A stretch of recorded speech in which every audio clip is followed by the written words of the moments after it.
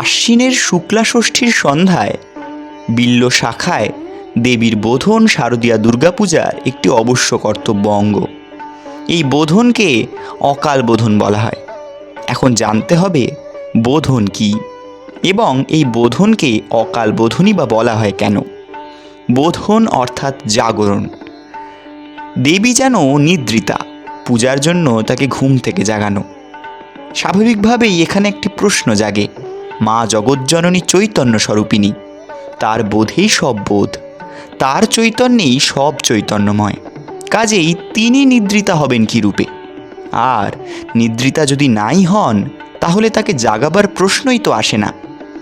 বিষয়টি নিয়ে একটু গভীরভাবে চিন্তা করলে দেখা যায়, আমাদের যখন যে বস্তুর বা গুণের অভাব হয় পূর্ণস্বরূপা চৈতন্যময়ী মায়ে, তখন সে বস্তু বা গুণের অভাব কল্পনা করিয়া আরোপের সাহায্যে তাহার যথার্থ স্বরূপের উদ্বোধন করিবার প্রয়াস পাইতে হয়।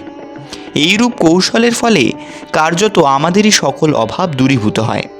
আমি সুপ্ত, আমার ইন্দ্রিয়াধিষ্ঠিত চৈতন্যবর্গ জড়ত্বের মোহে আচ্ছন্ন, চতুর্দিকে কেবল জড়ত্বের ঘনীভূত বিকাশ।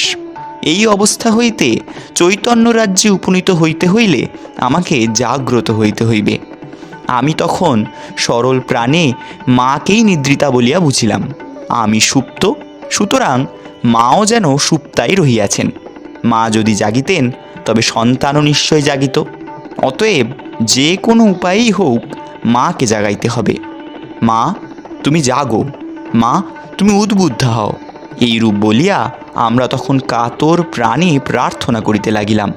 এইরূপ প্রার্থনার ফলে দেখিতে পাই কার্যত আমাদেরই সুপ্তি ভাঙিয়া যায়, আমরাই জাগ্রত হইয়া উঠি।